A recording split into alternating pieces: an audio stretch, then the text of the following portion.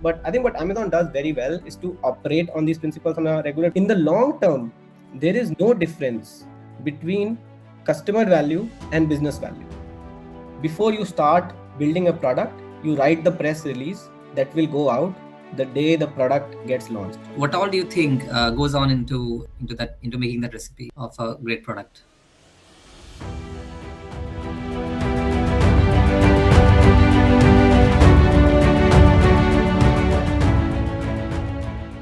So let's get started. Good evening, everyone, and good day to all of you who are joining from different parts of the world. Probably the bots don't know where are they joining from. So, but so good to see all of you on a Friday evening, 5 o'clock, to spend some time discussing product, discussing startups, discussing entrepreneurship, and I'll just do a quick introduction of the whole program and the context, and then we won't take a lot of time. We'll just get started with talking to Ashish. This is part of the ACE program, Agents of Change Entrepreneur. We are doing a 10 program series where we're talking to different people from in the startup world, in the products ecosystem, and people who understand how do you build product, how do you create an organization, and so on. And as part of that, this is the seventh of that series. It's the seventh session of that series where we are going to be talking to Ashish today. And for people who might not be aware of the Agents of Change or Entrepreneurship program, this is essentially a 6-month program. It's a fully paid startup accelerator program where we take almost 6 to 8 startups and help them to go from 0 to 1 journey in their product evolution, and also help them to find the right product, find the right kind of problem which they want to address, which they want to work upon, and eventually see them through their entire product development, and eventually going to the VC, help them to raise money as the first round. So that's the entire bit which we try to do it in 6 months, which is a very ardent task, but we still try to do this. And we are already running with the first program, which is the first cohort rather, in which we already have 5 startups which are working with us. I'll talk about that as well. Before that, let me introduce myself. My name is Shailendra, and I am the co-founder at Change Engine. Before this, I've worked in more than 15 years now at different organizations, mostly in the product development area, product management area, starting with Make My Trip, which is where Ashish and I worked together long back, 2012, 15, that area, where mobile usage was still in the single digit, and now I think desktop usage is in single digit. So we've seen that transition happening over time, and after that, I've worked with multiple other organizations like Nearby, Magic Bricks, Max Life Insurance, and Spinny. All of them, most of them rather, I've worked in the 0 to 1 space, and we'll talk about what is 0 to 1 space and so on with Ashish when we get down to the product management aspects. And after that, after having worked on these organizations, I and Varun, we started this change engine under which we are running this ACE program, which I just explained about. How do we want to help the budding entrepreneurs to so that they don't miss on the so that they don't do the mistakes which we normally see people doing. And when most of the startups come to us when they are 2, 3 years, 4 years in the journey, and they tell us that we are stuck here, we realize that had they come to us 2 years back, we could have helped them more by advising them in a different way. And that led us to this belief that why don't we start helping them at the very early stage. So that's the whole premise. And as I was saying, there are 5 on startups which are already working, which includes the people who you can see on your screen. That this Nikhil working on an AI-enabled sales tool. Then there is Pawan and Rana Vivek who are working on an AI-enabled video editor, and most of these products are already in the almost the final stage, and very soon all of you can also get a chance to use their product very soon. Then there are these 3 non-profit initiatives run by Anurag, Ritvik, and Sonali, which are all very different, very interesting. You can read from the slide, the kind of areas they're working on. And as part of the program, this is it. This is what we offer, which is a 6 lakh rupee initial funding, which can go all the way up to 20 lakh, basis on how the startup progresses, and a set of other um, features and the set of other advantages which the startup will get by being a part of this program. So I won't go into detail of all of this. You can read about most of this online on the website. And this is the founding team. I have spoken about myself. Varun is the founder, who is who founded the very iconic company called Aspiring Minds. And he and I, actually Ashish also, we are from the same college, NSIT. And you know my association with Varun goes back starting 2002. And he then went to MIT to do his masters in an area which is now very well known to us, but back then it was like very very early, which was AI. And yeah, that's Varun.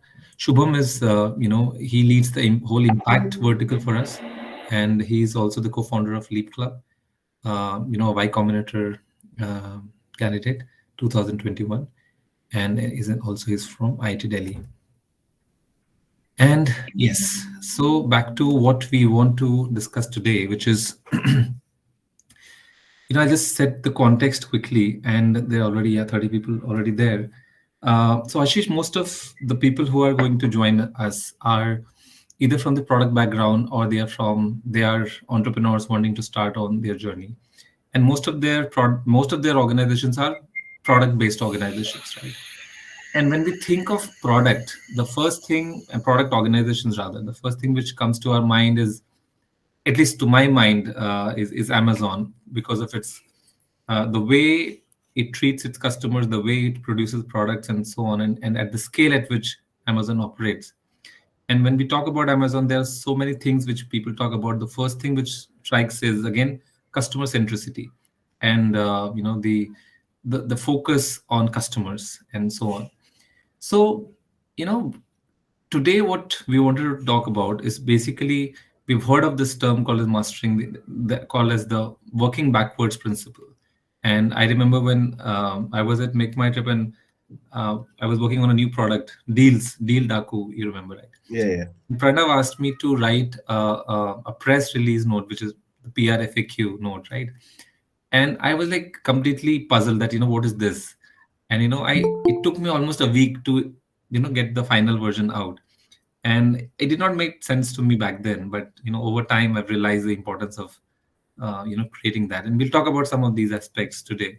So so that's for the audience. This is the context. We are going to be talking about how different organizations, and we'll use examples from Amazon, from Wink, and from other organizations Ashish has worked, including Splash Learn and Make My Trip, of course, and see how he has been able to use some of the concepts which Amazon is largely known for, which is the way you create product by thinking backwards. You have the final product already in mind. You visualize that this is going to go live, and then start working backwards from there. So we will see what that process is, because we've learned about it, we have heard about it so much, but now we get to hear from somebody who actually practices it. Um, so that we will learn. But Ashish, why don't we start with your, because as I said, right, when we started at Make My Trip, it was long back, like 10 years ago, 12 years ago. And mobile was sort of coming up, and I remember I was using Nokia 3310 and so on. I'm sure you had a similar journey. I remember when you and I used to have this conversation on what is the contribution of mobile to the overall, on hotels and airlines differently, and it used to be like single digit, and then started moving on, and so on. Over time, having worked in different organizations, what has been your experience in the product management area? And are there any things which you see are changing? Are there any things which you see will remain always constant? And yeah, why don't we get started with that? Yeah, thanks, Sharendra. So, yeah, the question is what is changing and what is remaining constant. I think I think product management is definitely. I think the whole idea of product has become much more. Uh,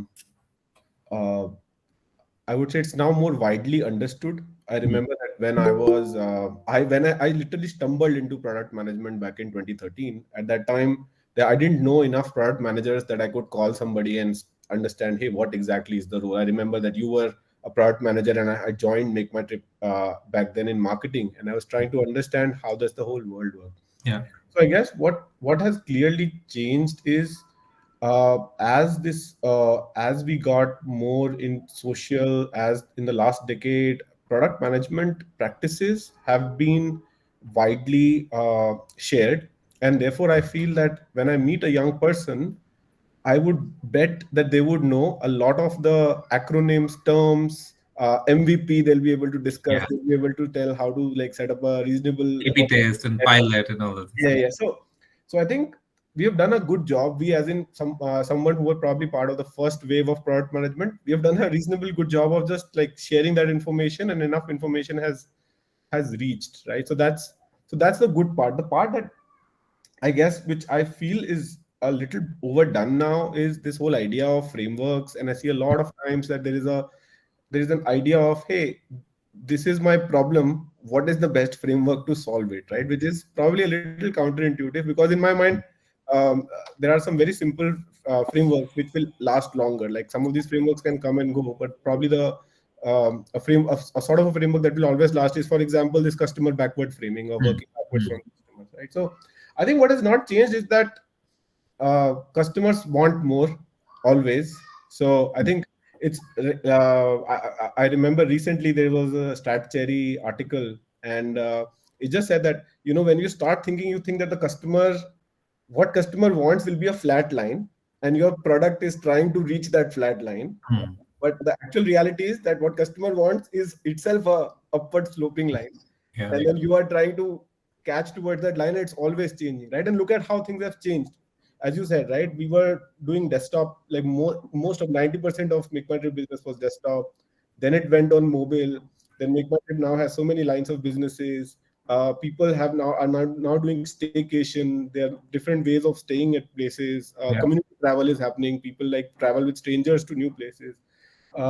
So I guess the good thing about that will always remain constant is customers will always expect more. So being successful in creating a digital product will actually involve learning how to understand what customers want. I think that would be probably a big constant that will always make a product or a service successful. Yeah, you're right. Actually, the fact that you said that about framework is nowadays I also sort of teach product management at different places, and many times I've seen that the students or people, they're not students literally, but they are like professionals who are working, but they are students in the class. They will not be happy until I've told them a framework. Like it's like I've done the entire class. I think that they would have understood the concept now, and like towards the end, somebody will ask, "But you haven't told us any framework." I'm like, it's not necessary that you have to use a framework in anything, everything, right? And in fact, when I stumbled upon some of these, like for example, prioritization frameworks, I was never told any of these frameworks, right? The typical RICE framework and AARR and all of this.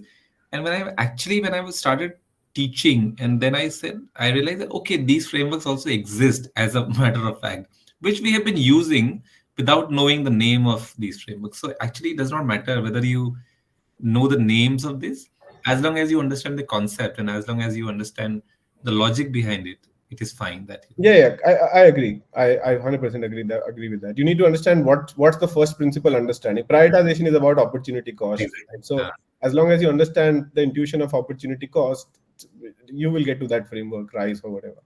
Exactly. So, so somebody's asked a question.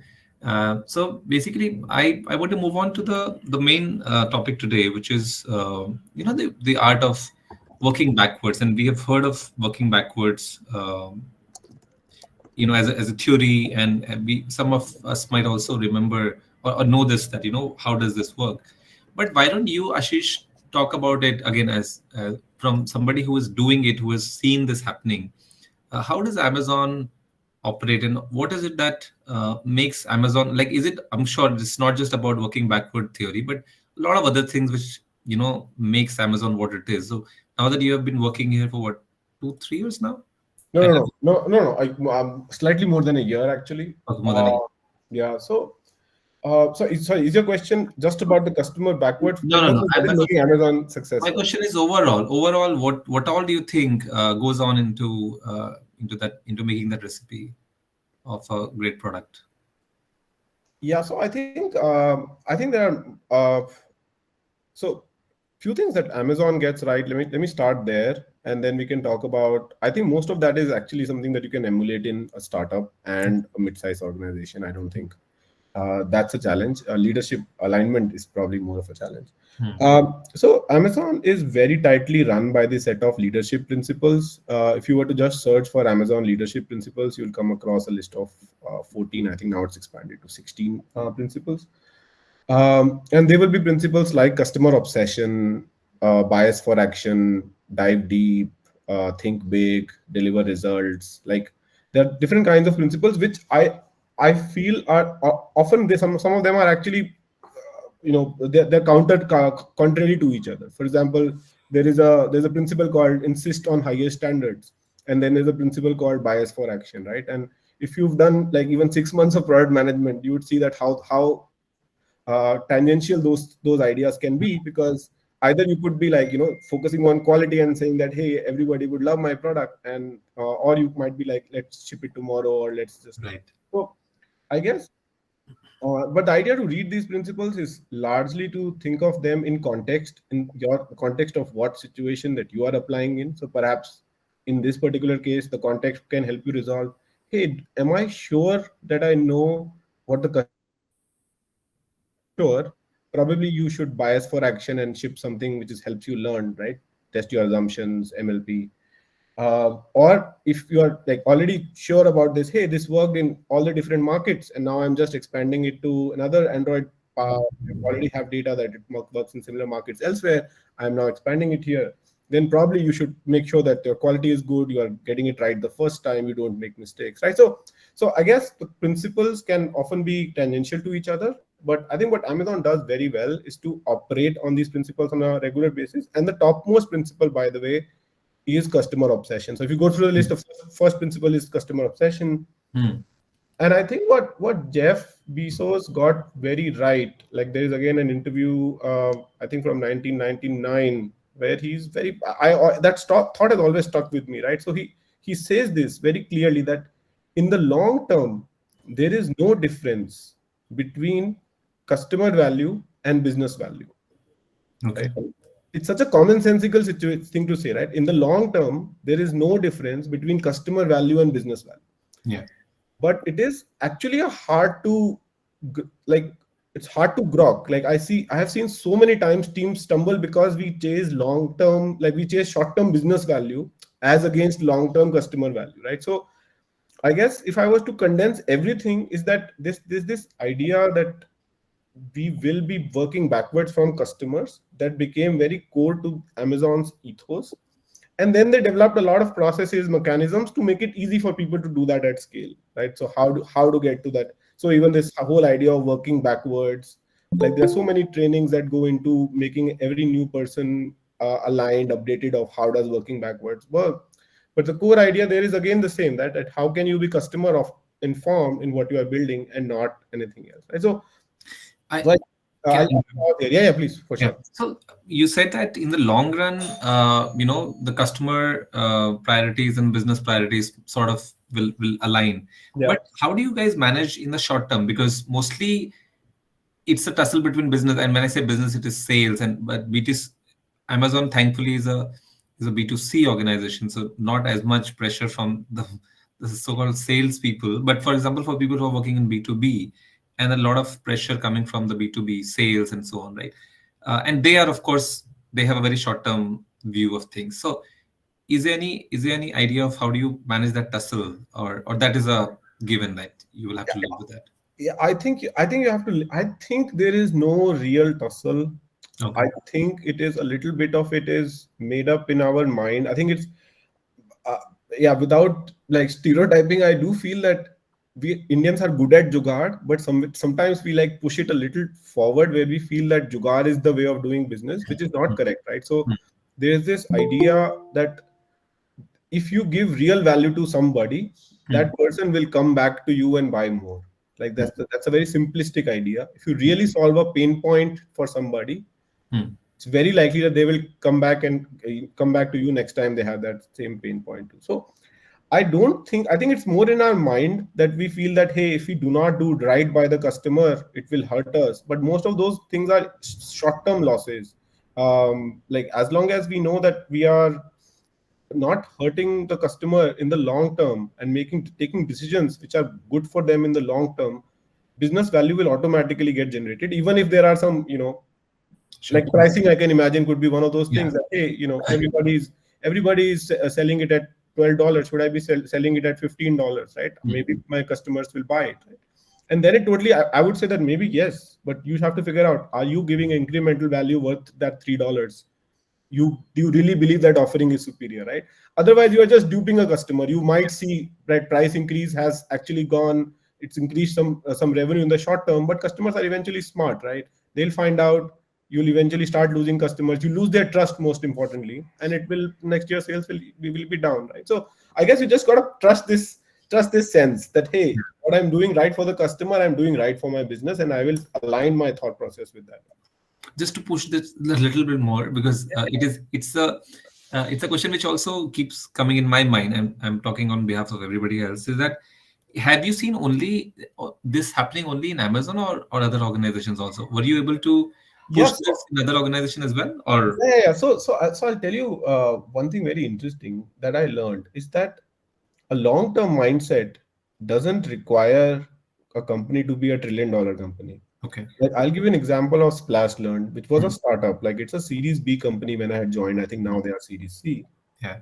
and it's about 200 odd people. Hmm. And I would say their thinking was always long-term, right? That's why, edtech sector has churned so much. Like look at the heroes of the edtech sector and Yeah. what is happening, without naming like the companies, right? Yeah. But the companies that have persisted are the companies that were always adding value to the customers, right? They were not doing pricing things, they were not doing some gimmicky things, sales tactics, nothing like that, right? Companies that have survived that whole storm and actually now are growing because Yeah. that nonsense is done, Done. are companies that were focused on only one single thing: how do we give more value to the children, how do we give more value to their parents, Hmm. right? So yeah, I think this is mostly a mindset thing. And yeah, I mean, you should be You able see that? Do you see that happening because of the founders' That's right. DNA, the mindset, That's right? right. That's right. So they were missionary in their zeal. Yeah. So the founders for Splashland, they were pretty clear that, hey, we will, like there was a big idea of that we will not. So by the way, just for people who do not know, Splashland was a startup that I worked with, as I mentioned earlier. It used to build it builds learning products for kids who are 3-year old to 10-year old, right? So you can learn math and reading by playing games on their product. Um, and the founders were very finicky about doing any kind of extraneous rewards, anything which was not, Sustainable. essentially teaching math and reading or creating a loop around that was not encouraged, right? And so the principle was that the people are coming here to learn and not to, like, waste. That's the commitment that we are made to our parents.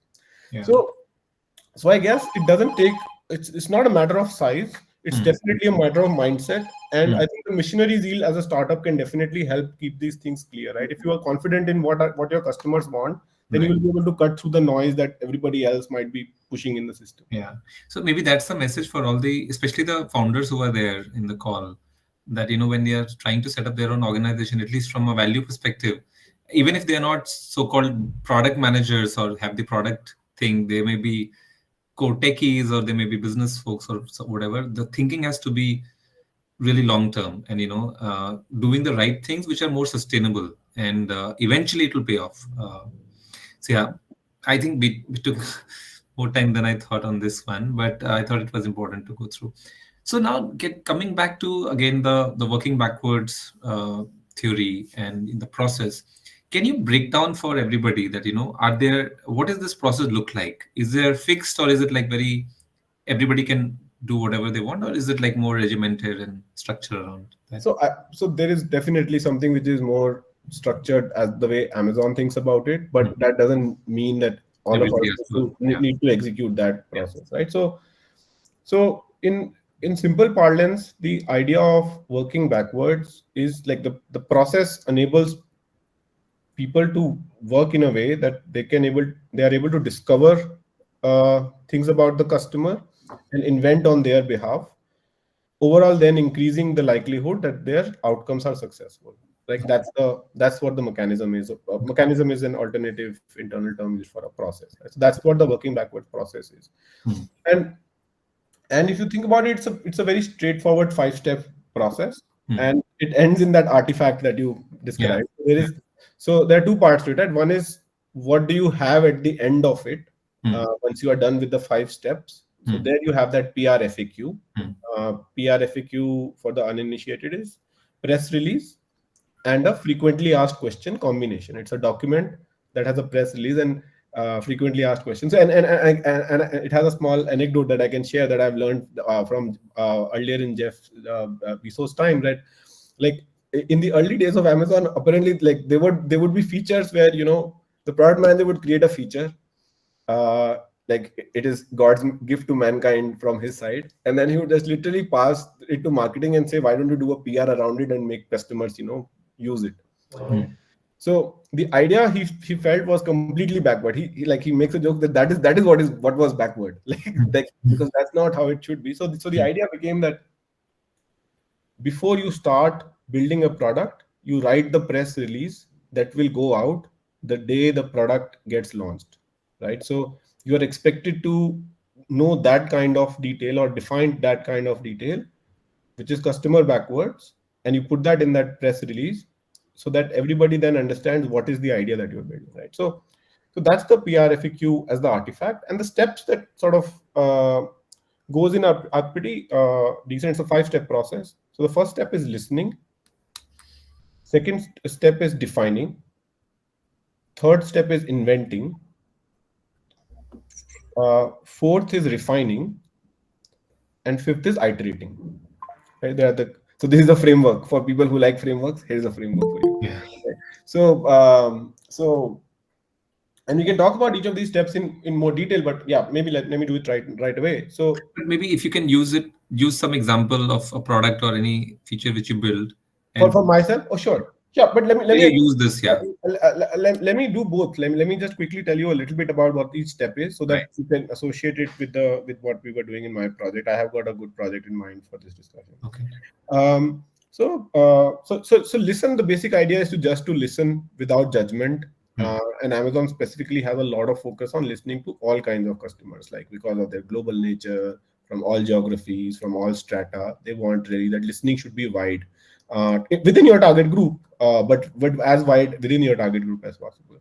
The defining is the part where you sort of define the problem. So you translate the comments or feedback or reactions into, hey, this could be the problem that we will be solving.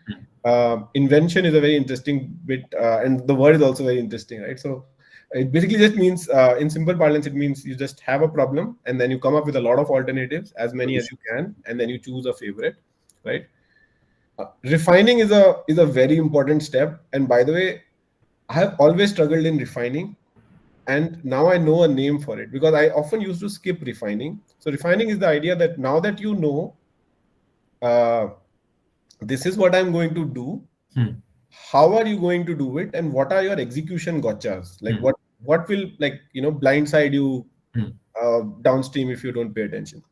So that becomes the refining stage, and iteration is more about, more like, if you've launched it, how do you improve it, how do you gather feedback, how do you figure out what. So that's probably the stage. And I was thinking, I've got all kinds of examples. I've got examples where I have applied this. So I did not know this process, obviously, right? Like, this is all in hindsight, hindsight bias. Right. But when I was in different organizations, I was doing something very similar, except for refining. I think that part has been weak. But I got successful examples, like examples where it didn't work out. Where should I start? Maybe I'll start with Start with places where it has worked, yeah. yeah. So I'll start with a successful one. So So this is back at Make My Trip. This was successful because I got good outcomes. So this was uh, when I was part of the hotels product team, and the user, if you talk about the first layer, right? Like what was listening telling us? The listening was telling us that the conversion on hotels was very low compared to how it was on flights. Like it was, I think, one fourth, no, one half to one Yeah, third at that one time, third. Yeah. right? So, and we also knew anecdotally that a lot of customers, like a lot of our friends and family, would actually call us to ask hotels, like where should we, like I'm going to Goa, where should I stay? And we were quite intrigued that how is it that people call us and not like just go to the site, Yeah. right? And it turned out that when we spoke to them, we also realized one difference, that we would always start by saying, Ki, why are you going? Like, what is the plan? What do you want to do in Goa?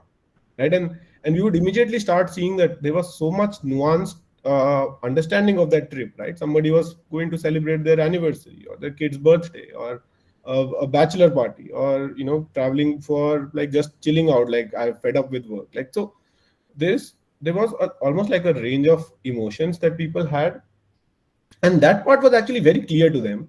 Hmm.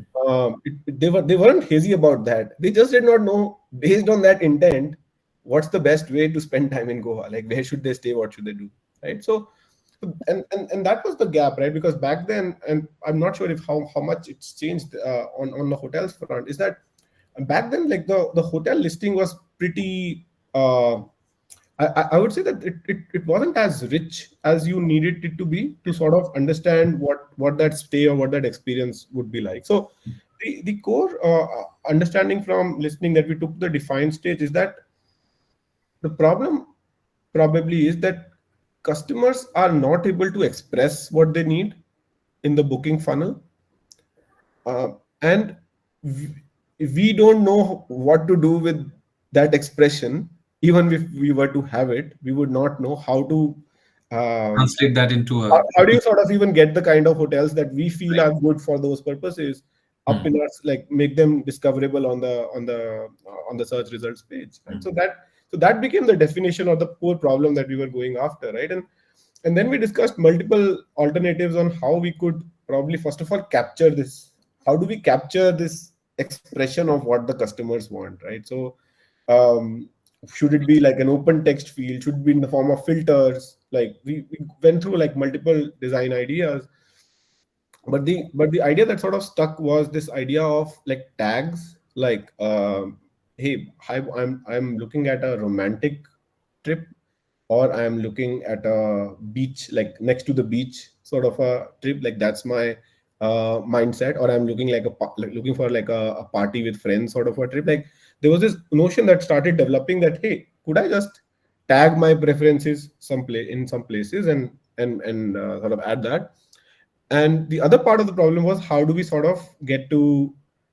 give these tags to hotels? Like how do we rate hotels on these dimensions? And that again was a pretty long exercise. Like we had like a machine learning solution, which was like very, very like we could just analyze the reviews and create data points for each and every dimension that we wanted to.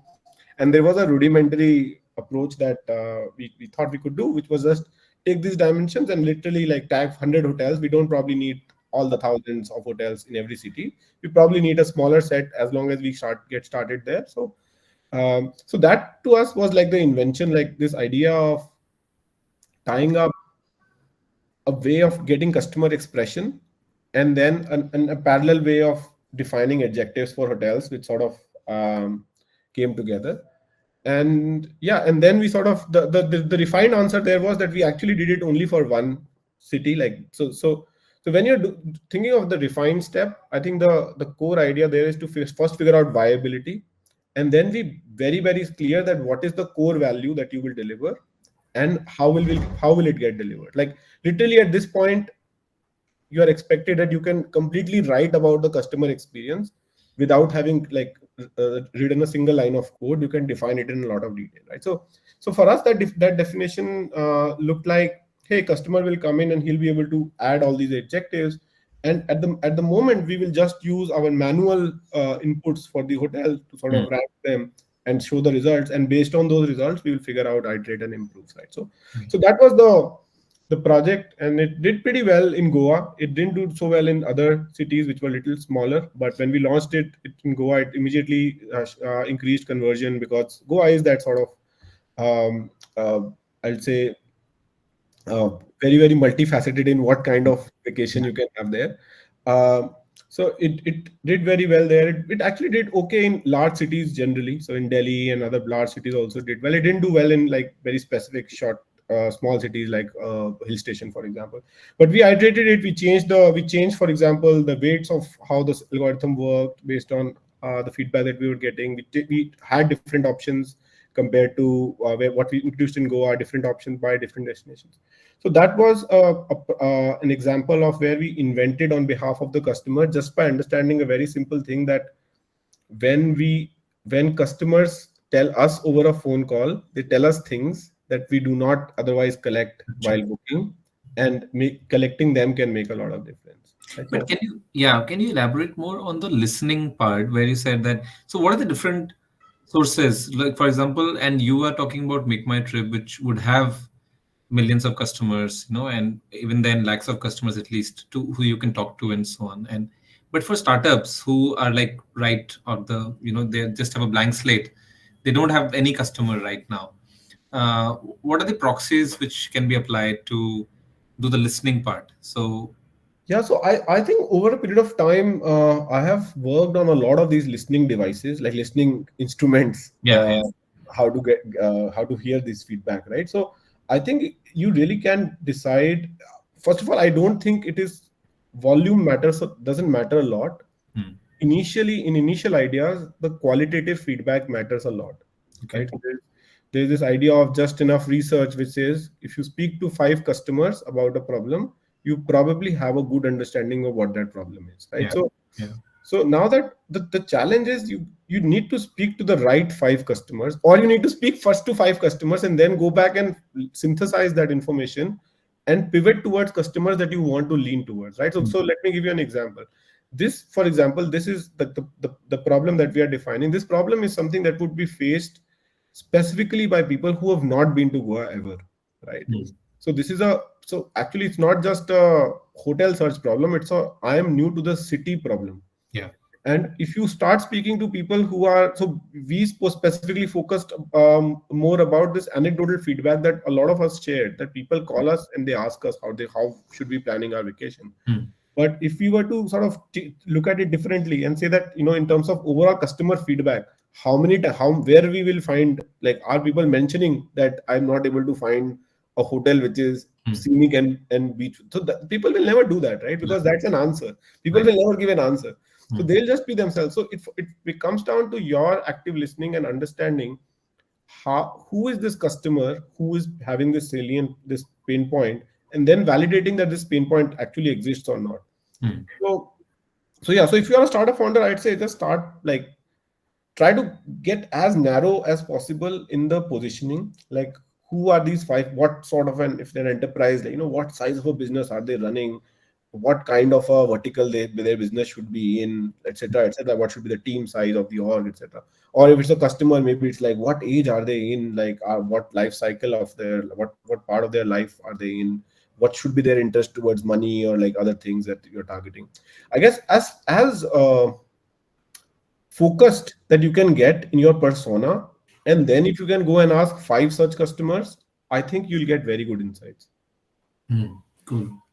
And in the beginning you said that it did not work also. So are there chances where it will not work? Are there cases where, what are the pitfalls? Like, what are the things which you have to keep? Yes, there are many pitfalls, by the way, and I didn't tell you this. So, and I think this is again a thing where a theoretical process and applying it into a real life becomes problematic, right? So now, if you're a founder, I would say you can do better because you are not constrained by the forces of working in an organization. Right. My experiences as a professional were always limited by the speed at which the organization wanted to move and the mechanisms that the organization understood, right?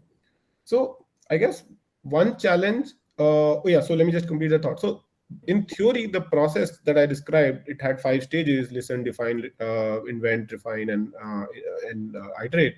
Iterate. The listen process actually sits at the center. So the idea is that listening is something that you start with, but you don't stop, right? So you even when you are defining, you are listening and rechecking your solution. When you are refining, inventing, like all through these stages, you are basically just going back to the customer again and again, and sort of doing it. But places where you are not able to do that, that's where some risk occurs, right? So one thing is, like, at every stage you can imagine a risk, right? So one risk is, when you listen to the problem, did you define it to be the right problem, right? So you may misinterpret the feedback, and all of us have a lot of biases, right? You may have an idea in your mind, and you may bias what the customer wants towards the idea that you have in mind. So you may just define the problem wrong, right? Or you may define the problem wrong, but maybe the solution that you are creating is very, very complicated. It's not something that people who are your target audiences can use, for example. In fact, let me why don't I give you some specific examples of these phases, right? So for example, um, when I went to Splash Learn, right, there was a very clear. So I had a inherent bias of so by the way, just so people understand my journey, right? I had never worked in edtech before. I was not a father at that time. I had like zero understand. My only understanding of kids was that they can be painful at times, right? So with that sort of background, I was like suddenly thinking about 3 to 10 year olds, right? So the first in my mental model, the first thing that I thought as a parent, that they would care a lot about reports, right? So one thing that I really cared about is, how do I make sure that I have, like, that was my first, like, literally my first almost after the first 30 days, 90 days, my first roadmap had, let's create the best in class reports.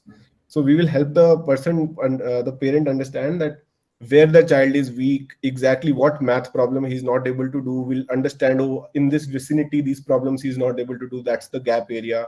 We'll suggest what other games to play. Like, that was like whole charter like bursting in my mind. With that definition, I started working on my roadmap, and this was before, like, and there were many things that were changing at that time. COVID occurred, by the way, etc., etc. This item got pushed out. Till that time, I think I got a lot more humility. I started understanding that my gut instinct on most of these things is pretty wrong. So I started building up an org under my team of user research, right? So in fact, by the end of it, built a 3 to 4 people org, which was just doing user research. But yeah, when this org came into being, then we went and actually asked the parents, and we started meeting parents, children, everybody. Like, it became a very, very diligent effort to understand. And then we understand parents, like parents of this age group, and this is also US, by the way. I didn't mention, we used to build solutions for the US. They give zero hoots about how their child is, what are the child's problem. Their major thing in the child is, hey, I have an office meeting to attend, take this app, go away. But we don't want to give you, like, some app that will probably spoil you, or give you. So we want to give you a productive app. So for a lot of the parents, the use case or the main reason for this app to exist was actually not learning, but productive screen time. So they just felt that giving YouTube is disastrous, hazardous. So instead, let me give something which, in the worst case, also can only teach them math and reading, right? Even if they are spending time on. So with that intent in mind, the only thing that they wanted to know is that, are they getting engaged enough, and are they, of course, like playing the kind of things which are academic in nature, not necessarily. So that's the kind of thing that you may, like, you have an intuition, and when you do not unless you test it, that's the sort of gap that you might realize. But this is when you're not following the process. When you're following the process, also some mistakes can occur. So I can tell you a little bit about such an experience where so yeah, so this is also an interesting project. So when we were when I was at Wink, I was heading product for this app called Wink Music. It's a music streaming app owned by Airtel, right? So um, yeah, in the app, there was almost, you can say, a top down understanding that we are not doing well for the tier 2, tier 3 audience, right? You would call India 2, India 3 audience. A lot of the personas who were actually using Wink were tier 1 audience. So then we got a research commissioned, a pretty good research actually. It'll by the way good at doing good primary research because of their marketing history. So we traveled to many towns in Bihar, and we met people both in in-depth interviews and focus group discussions, trying to understand what are their music listening habits, how are they listening, right? And we got like a very like pretty much an eye opener on how people were listening to, because till that time we always thought our competitor were like Geo wasn't there, the Sawan, Ghana, Wink, those were our competitors. And we heard that Spotify is about to enter. This is back in 2017, so Spotify was about to enter in the market. There was some conversation. So then when we realized, I realized that the whole India 2, India 3 is only one app, which is YouTube. So YouTube rules it, and people watch videos. They like to watch videos now because YouTube has made them watch them so much, and they don't care about the fact that their battery is getting drained while the screen is on. Like there's no idea of putting the app in background when we listen to music. The app is like pretty much in the foreground. Voice search, everybody searches using voice. Nobody's typing, so it's pretty clear. So yeah, we came back and we were like pretty, we felt that we have hit jackpot. Like there's this market, we've understood it, and then we defined a beautiful product. I in my mind, I think still think the design was great. So we defined like a project, a product in which we will try to get the video files, and those video files we will seamlessly sync between audio and video. We invented a new mode called battery saver mode. So instead of telling them that why should you put your app in background because they don't see the need to, we felt that we will put it as a battery saver mode, and like they'll allow that will just be playing in the background, right? Because clearly YouTube cannot do that, and we can do that. YouTube used to offer that only in YouTube Music, which was a paid subscription, and not in the standard YouTube tool. So they could never save battery. So we thought we have a killer differentiator. Everybody wants longer battery. We'll do this. The problem is that even our invention was good. The problem that we ended up was in terms of understanding, which now I feel is a very important question. What is my team's aukat? Like, what can we ship? Like everybody, so you cannot, you must understand the dynamics of what is our capability, and our capability pretty much got stuck in how much budget will the video acquisition take. And then I insisted that we do acquire some videos enough to do a pilot, right? Then we will create a case for more videos.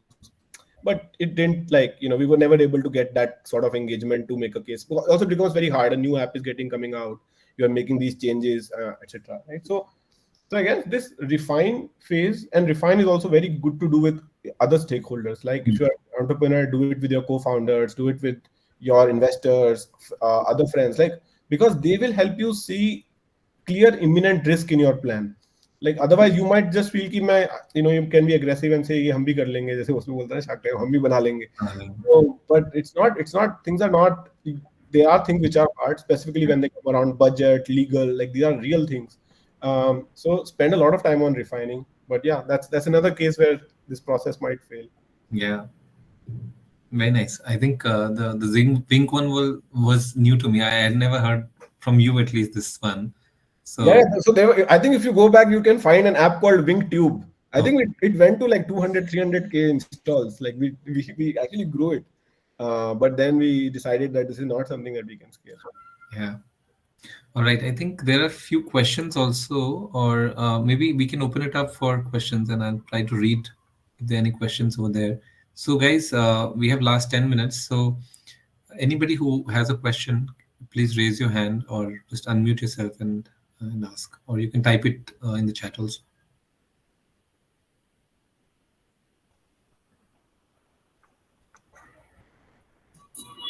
Hi, Ashish. I'm Pratha. I just wanted to understand that you worked with such prominent organizations. What were the major challenges? I know it might be a little off topic, but what were the major challenges you faced when you were scaling up the products that you had created? Yeah, so I think they were pretty different in different organizations. Uh, so for a company like Make My Trip, I think the challenge was always outside in, like it was a competitive environment when we were there, and like right now looks like Make My Trip is a clear winner. And but that wasn't always the case. At that time there was Clear Trip, there was Yatra, there was Go Ibibo that was coming up. So there was a clear challenge of being customer focused versus competitor focused, right? And for on us as well as the leadership, right? And it went like it was a circular loop. We will also get worried when a competitor would launch a new feature. We'll try to do something similar, but at the same time we wanted to be customer obsessed. Like, and it's not like the leadership knew any better. Like they also had like the same confusion in their minds, like what can work, what may not work. So I guess I'd say that that would be a top sort of challenge that I faced there. I think at Wink Music, the challenge was very different. I think the challenge at Wink Music was, why is Airtel doing music? Like, and the goal, what is the goal? Will it be a business model, or will it be like a retention strategy for their postpaid customers? Like, why should it exist? And the higher order challenge, I guess in Splash Learn, the humbling experience was first understanding the customer. As I said, I was based out of India. We were making like a product for kids, targeting the kids and the teachers in US, right? So customer discovery was a key challenge. What sort of mechanisms can we create? First understand, and then um, make it democratic, that everybody understands, not just we understand, but the CEO also understand that this is the right thing to do. Like, how do we democratize the learnings that we are having from our research, right? And if I think about Amazon, then I mean Amazon has less like those kind of problems, I guess. Amazon, the bigger question is that how does it come together? Like, we are doing music, which is probably part of it is because of Alexa and Echo devices, but we are also doing apps. Like, how does this experience make sense for the customer? Why should they be using us rather than Spotify if they have an Echo device, for example? So yeah, I guess the challenges sort of become different as you go into different ecosystems, and that's something that you also get good at as a PM, I suppose, like, or you learn as a PM. Great, that's good to know. So at the end of the day, the customer value, which you said, which does translate into business value, will always probably help you triumph any of these challenges that you might face when Oh, for scaling. sure. Oh, for sure. If you can take one thing away, that I'm very confident of. Like, whenever in doubt, that's the North Star. I'm Great. sure, and I'm sure you would have made a very different Flash Learn app if you were to redo now with your kids. Yeah, for You're sure. understanding. Yeah. Of course. I actually, and there was this going hypothesis that we should hire only parents. Yeah, Like, there's a big difference in the insight that parents get to an education product versus a non-parent, for sure. yeah, Yeah. In fact, one thing that I can share is that if you can be a customer of your product, try to yeah. be, right. That's a very, like, one of the it's even a better strategy than doing customer research, right? If you are solving your own itch, you will, as an entrepreneur, you have the opportunity to decide that those ideas will be best, right?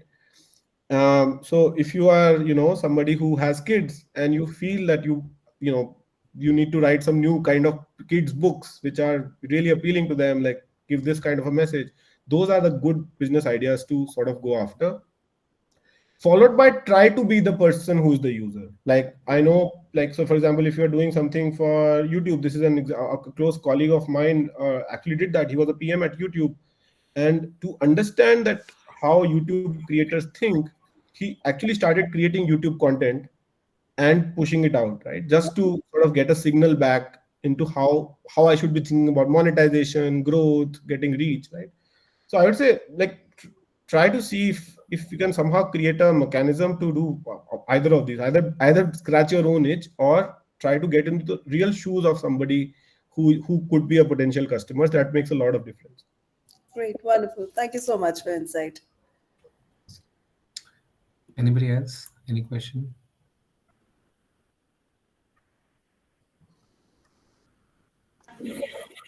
Uh, hey, hi Ashish. Hi Sarinder, Kaushal here. Right. Uh, Ashish, in all of our discussions and in and around whatever discussions are happening in the startup ecosystem, one thing which I've often noticed is like we are not no more talking about blockchain and blockchain related startups. Uh, is it something like, is it, am I being delusional that the industry is like trying to shift away from blockchain concepts or blockchain based startups, or you know uh, it's something else? Yeah, my understanding is that there was uh, a lot of that blockchain wave was also very specific to crypto and not necessarily blockchain. And I guess what has happened is that there's a down cycle in crypto. I'm also pretty sure that there will be an up cycle, but right now there is a down cycle. And I guess what that has done is that it has changed the uh, amount of conversation that was happening, because when you talk about money, more people are listening always, right? So there's less money involved, and it's more core tech of being decentralized, not having any agency control, not having a risk of privacy. Like the core ideas of blockchain remain, but a lot of the fancy quick money making schemes are gone, and those people are gone, and that conversation is gone, right?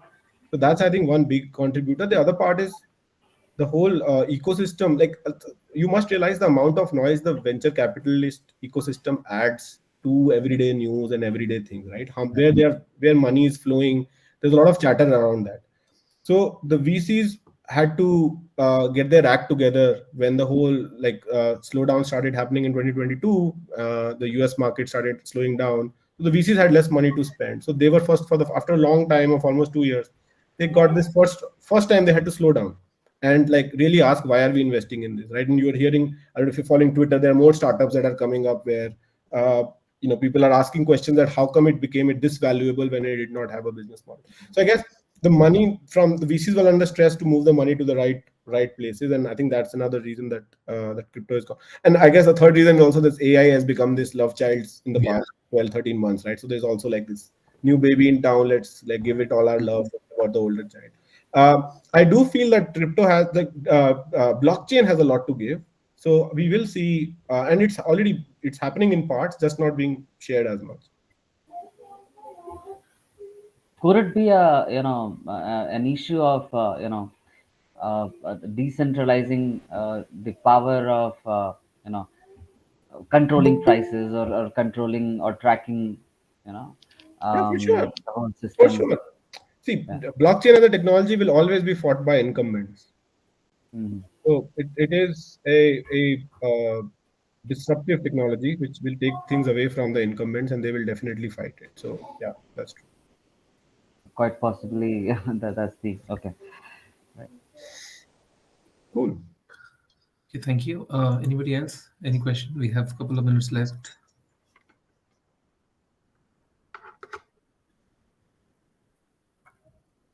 Let me see if there's anything on the chat.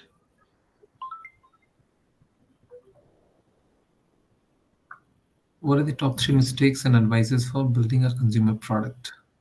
Do you want mistakes or advices? Like what do you want? Or each?